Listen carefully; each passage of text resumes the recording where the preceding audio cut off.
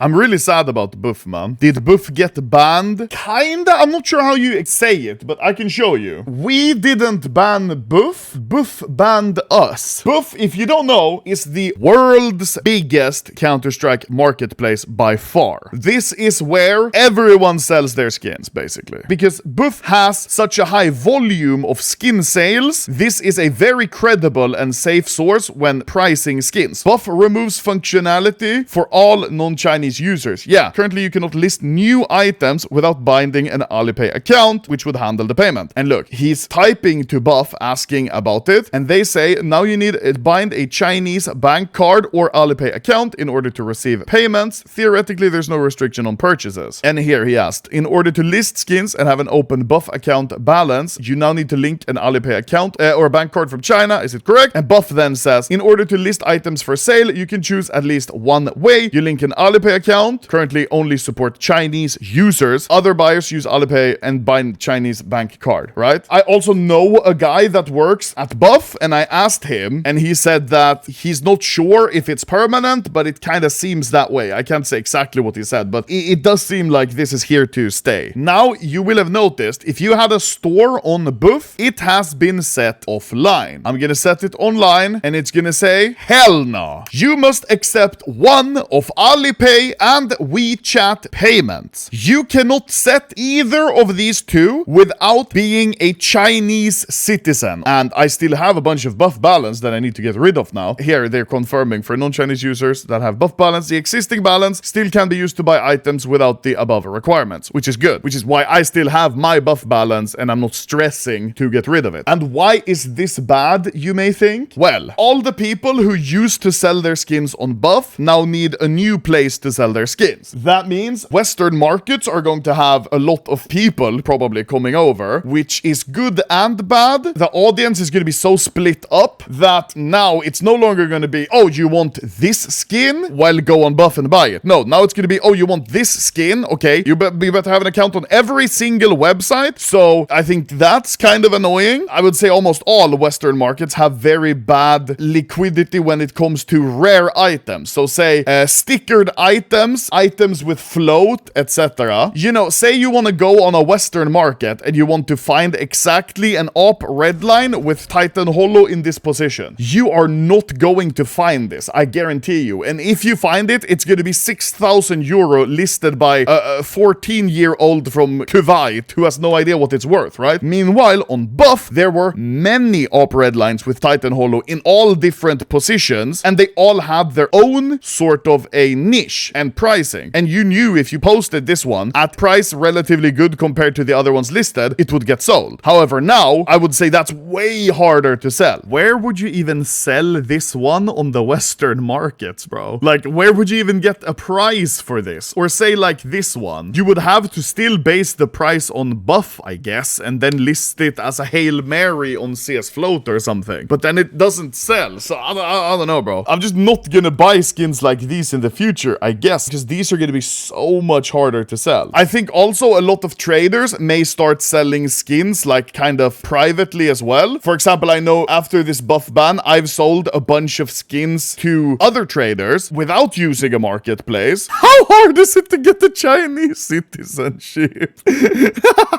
Bro, everyone in chat turning into fucking, what's his name? That WWE guy. What's his name? You can't see me. John Cena. Everyone's turning into John Cena.